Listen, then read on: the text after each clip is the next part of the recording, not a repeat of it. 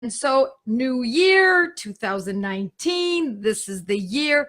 This is the year. This is the year. This is when you want to really take your life and understand homeopathy and get full control and have the freedom that I have experienced and that many of you have already been using this for a long time. But I want you to have as much freedom as you possibly can. Freedom from the shackles of drugs, superfluous drugs. Sometimes drugs are necessary. More often they're superfluous. So we're going to try to work around them.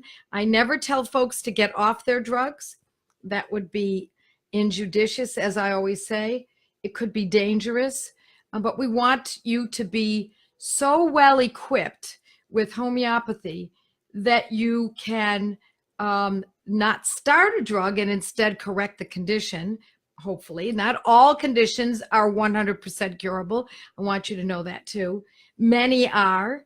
Some are. We can go only so far with them, depending on the age and the well-being of the person in general.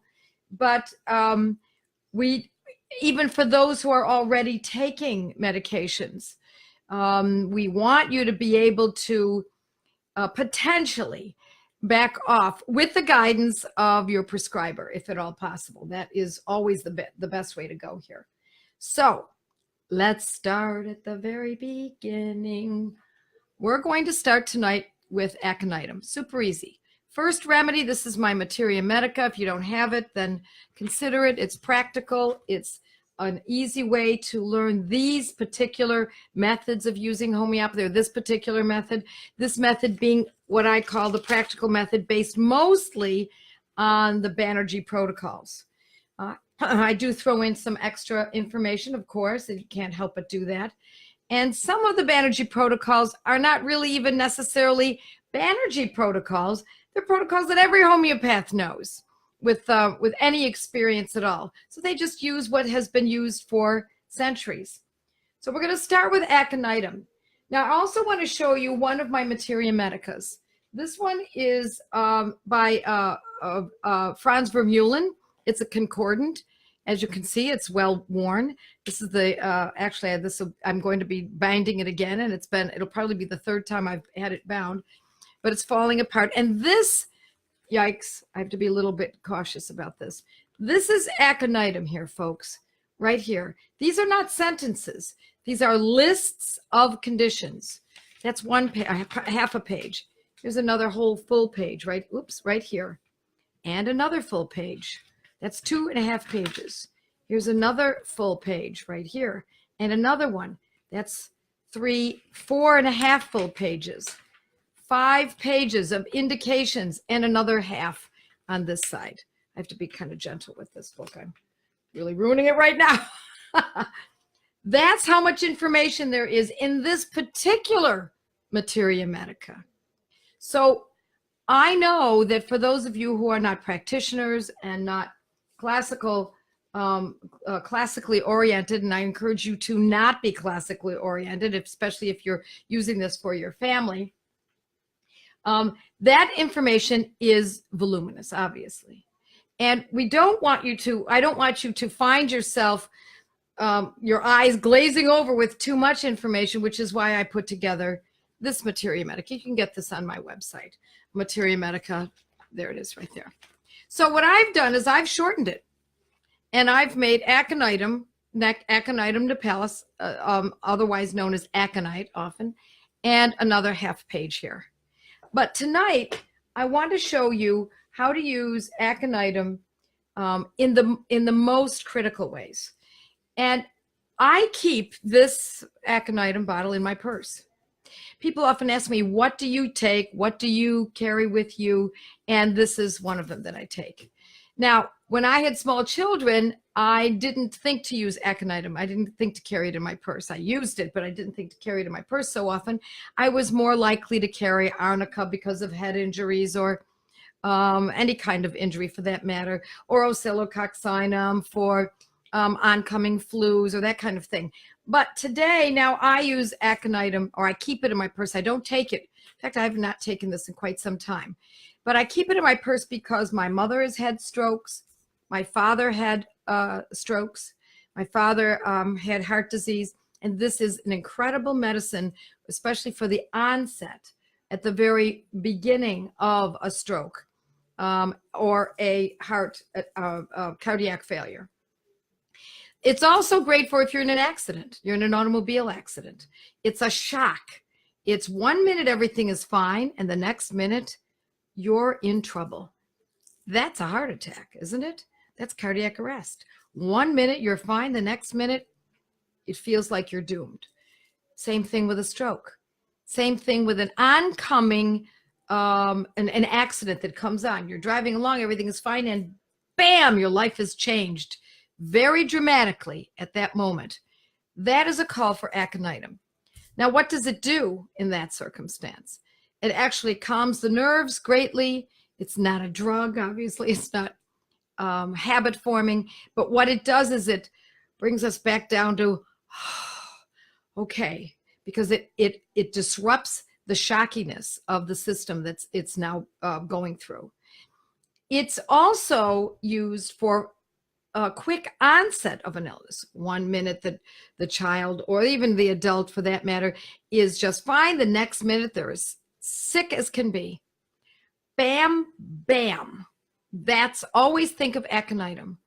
And when we put this together, almost like music, folks, we can harmonize and use aconitum 200, which is what I have here, and Bryonia 30. Now, this is a Banerjee protocol for oncoming colds and coughs. I've talked about this on my blog. You probably know it if you're using my blog, and I hope that you are. It's almost like it's a two-part harmony. First, we use aconitum because there's an oncoming cough, cold, the kind that feels like, uh-oh, I'm in trouble. I can really feel this. This is a big deal. I feel like I'm really coming down with something. But Bryonia is also great for an oncoming cold or cough. And the combination of both of them can be downright remarkable, especially at this time of year with colds and coughs coming on. So the way you do this is you can purchase this as one remedy mixed together from OHM if you happen to be a student of mine or a client.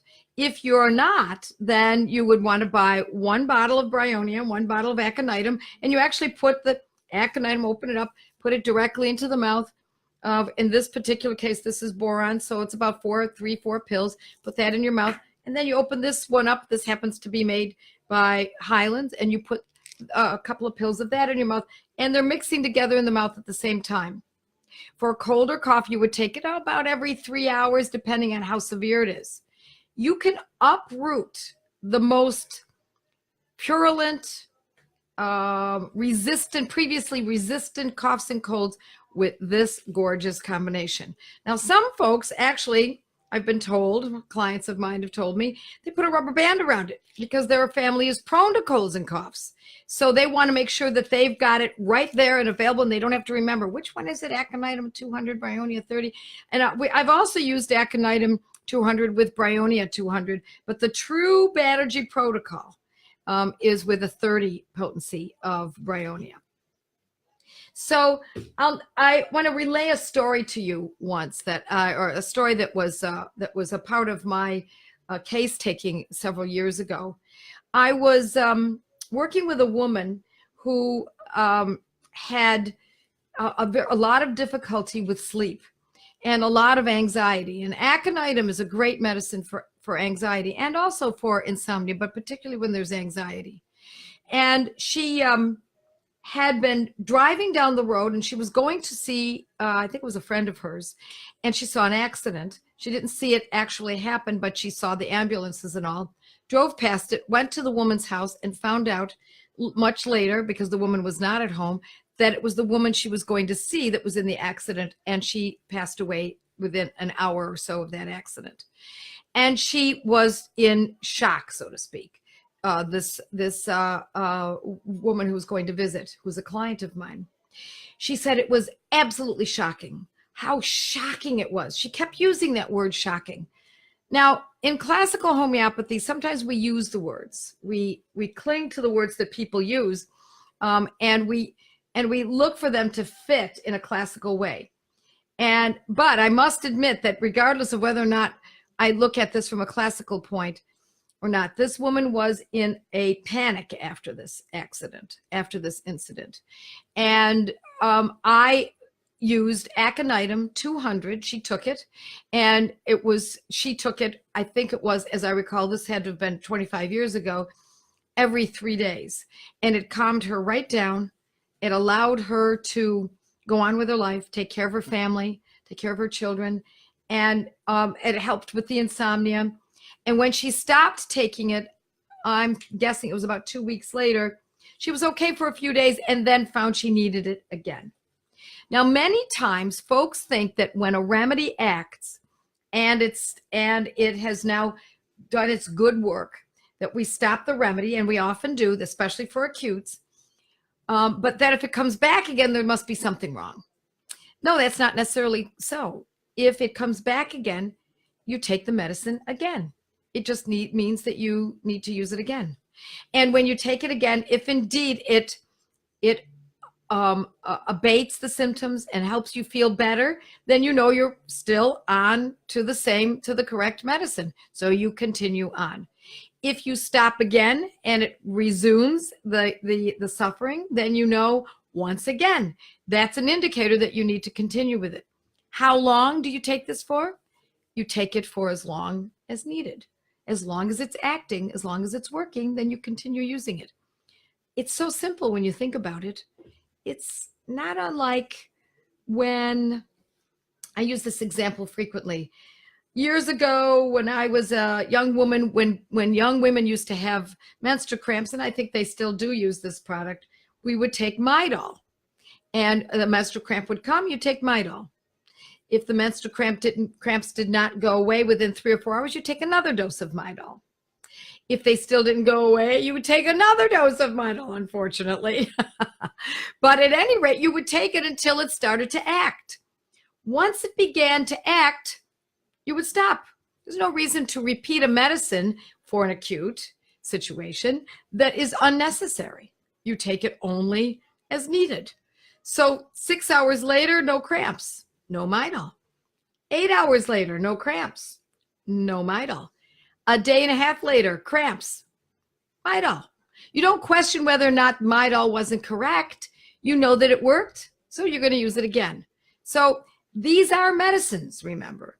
They happen to be gentler medicines, polite medicines, uprooting medicines, but they do act in a somewhat of a similar way so that you can, I'm relaying it in this fashion so that you can understand how to use it time and again.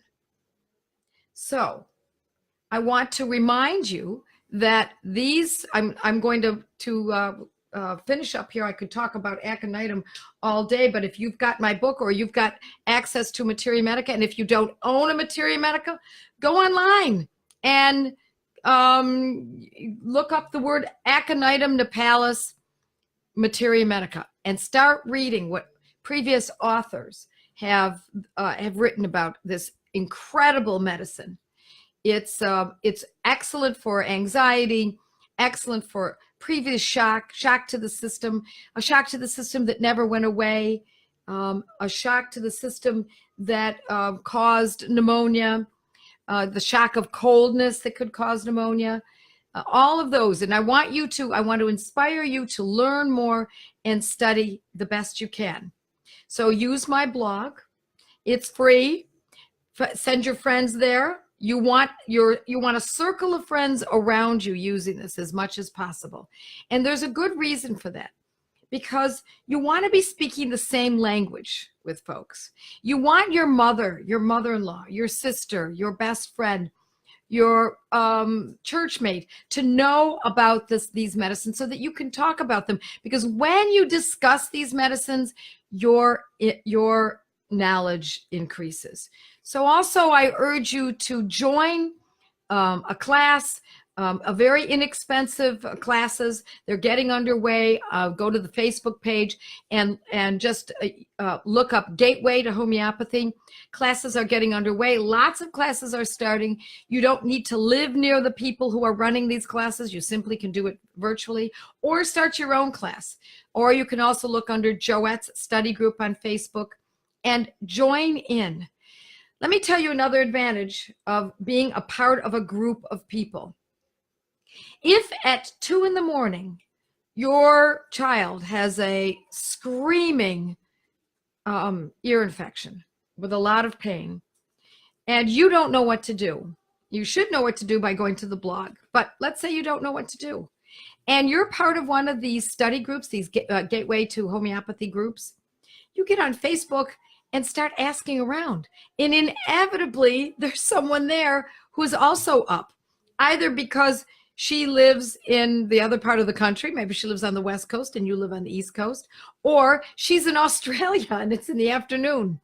Or she's in England and she's 7 hours away, a time difference. So learn how to use other people as part of your resource, because that is what gives us freedom, is the ability to know what to take, what potency, what frequency, and for what particular condition. So study up on Aconite of Nepalus, folks, and get your New Year started off just right. Next week, we'll go over another remedy and another theory. Looking forward to it. Good night, everyone.